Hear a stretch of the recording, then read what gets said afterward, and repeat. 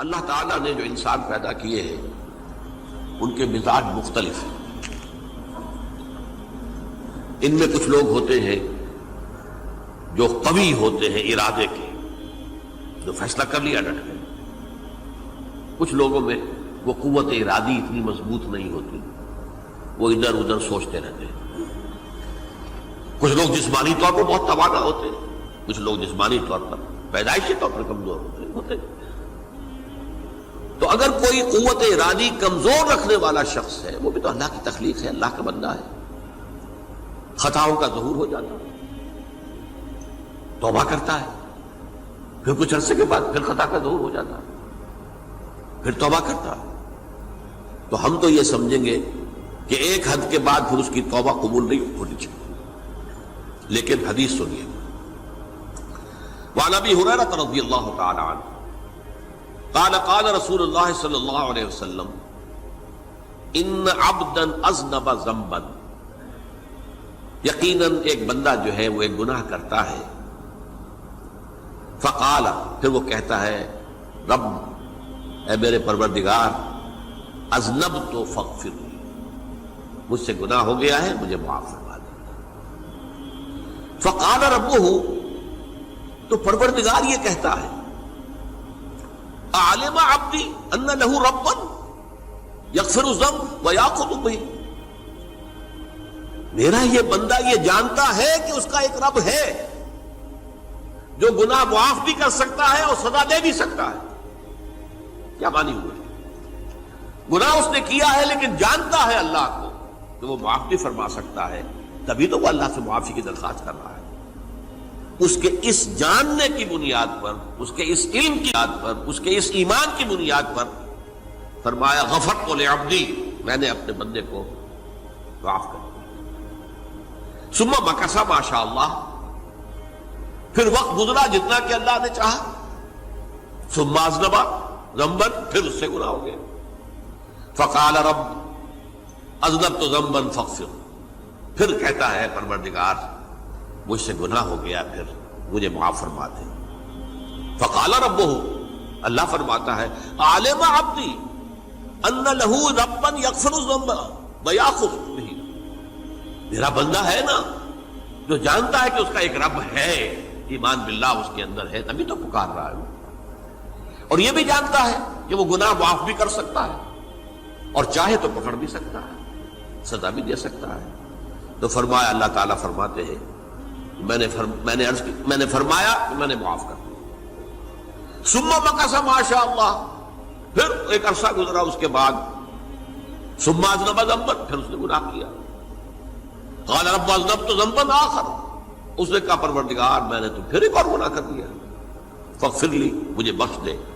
فقال اعلم عبدی ان لہ ربا یغفر الذنب ویأخذ بہ، میرا بندہ جانتا ہے نا کہ اس کا ایک رب ہے جسے وہ پکار رہا ہے، کہ وہ جانتا ہے کہ اسے اختیار حاصل ہے کہ چاہے تو بخش دے اور چاہے تو پکڑ لے۔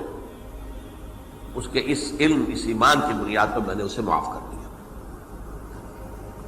ایک اور حدیث، میں نے چونکہ اس گفتگو کے لیے ان احادیث کا تفحص کیا ہے، یہ تو بہت ہیں حدیثیں، میں نے ان میں سے کچھ چنی ہیں۔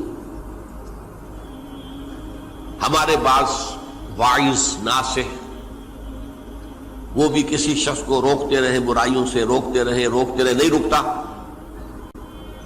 تو کہیں غصے میں آ کے اللہ تجھے کبھی معاف نہیں کرے گا۔ یہ کتنا بڑا جرم ہے، اس کا اندازہ کیجئے اس حدیث سے۔ تم میرے بندے کو میری رحمت سے مایوس کر رہے ہیں،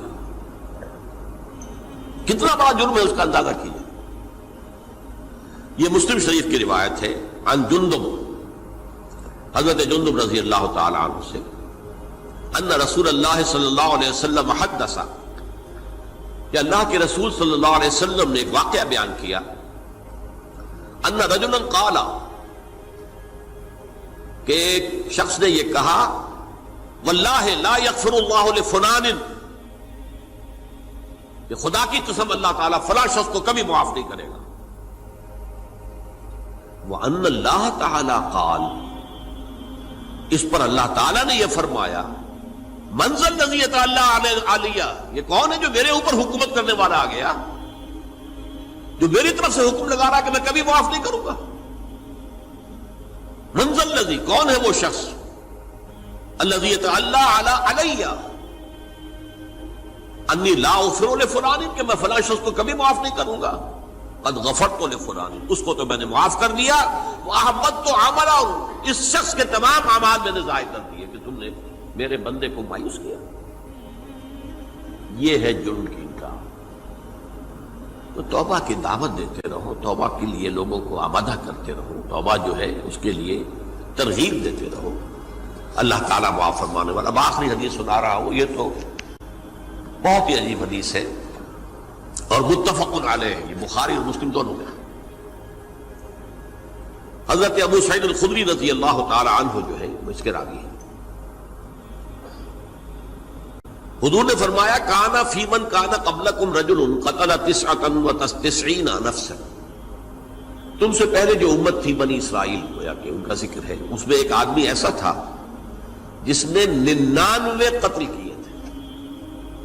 اب آپ اندازہ کیجئے کتنا بڑا گناہ کبیرہ ہے قتل۔ قرآن مجید میں آتا ہے وَكَأَنَّمَا قَتَلَ النَّاسَ جَمِيعًا، اگر ایک انسان کو بھی ناحق قتل کر دیا گیا تو یہ ایسی ہے گویا کہ اس نے پوری نوع انسانی کو قتل کر دیا، اس نے 99 قتل کیے۔ فَهَلْ لَهُ مِن تَوْبَةٍ، پھر اس کے بعد یہ ہوا کہ اس کے اندر توبہ کا جذبہ پیدا ہوا۔ فَسَأَلَ عَنْ أَعْلَمِ أَهْلِ الْأَرْضِ، تو اس نے پھر سوال کیا، لوگوں سے پوچھا کہ زمین میں رہنے والوں میں کون سب سے بڑا عالم ہے؟ فَدُلَّ عَلَى رَاهِبٍ، تو اسے بتایا گیا فلاں راہب فلاں جگہ پر ہے، وہ بہت نیک ہے، بڑا عالم ہے۔ فَأَتَاهُ، وہ اس کے پاس آیا، فَقَالَ أَنَّهُ قَتَلَ 99 نَفْسًا فَهَلْ لَهُ مِن تَوْبَةٍ، انہوں نے کہا دیکھیے راہب صاحب، میں نے 99 انسان قتل کیے، اب مجھے یہ بتائیے کہ میرے لیے توبہ کا کوئی امکان ہے؟ فَقَالَ لَا، انہوں نے کہا نہیں۔ فَقَتَلَهُ، اس نے اس کو بھی قتل کر دیا۔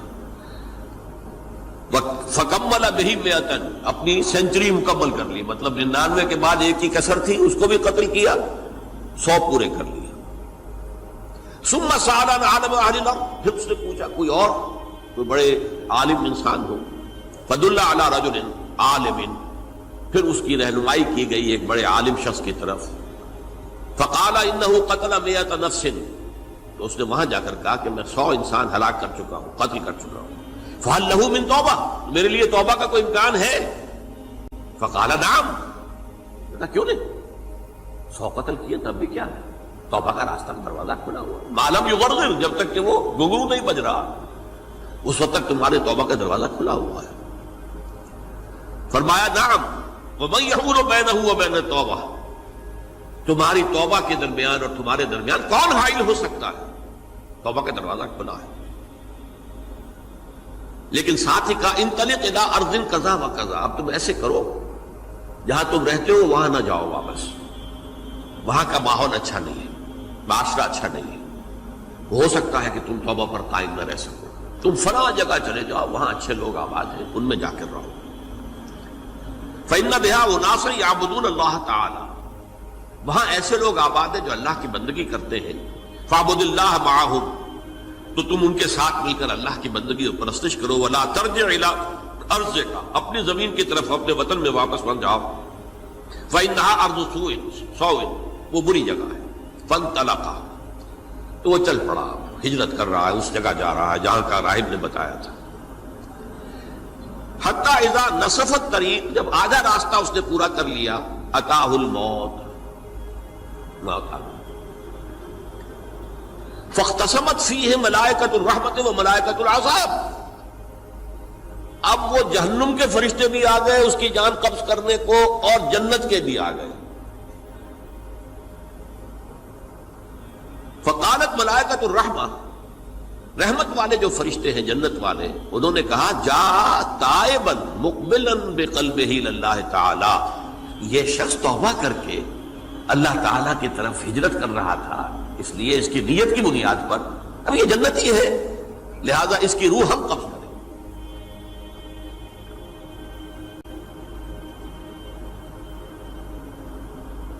وقالت الملائکۃ العذاب، اور وہ جو عذاب والے فرشتے ہیں وہ کہیں گے انہ لم یعمل خیرا قط، تو نے توبہ کے بعد کوئی نیک عمل تو کیا ہی نہیں، تو کس بنیاد پر اس کو تم جنت میں لے جاؤ گے؟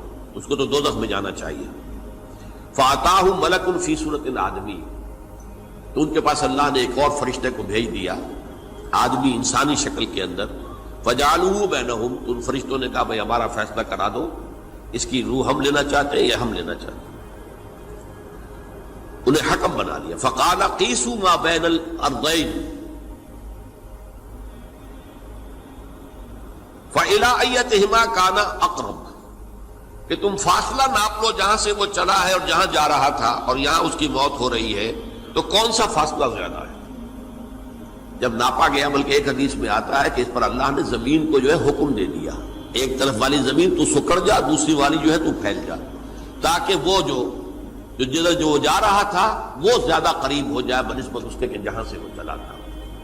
تو اس فیصلے پر پھر جو فرشتے تھے جو کہ رحمت کے فرشتے تھے وہ اس بندے کو لے گئے جنت کے اندر۔ یہ ہے توبہ کی عظمت اور اس کی تاثیر۔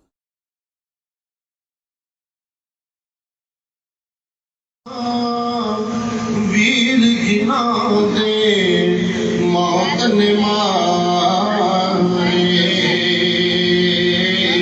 وہ تک تک رو دے کبے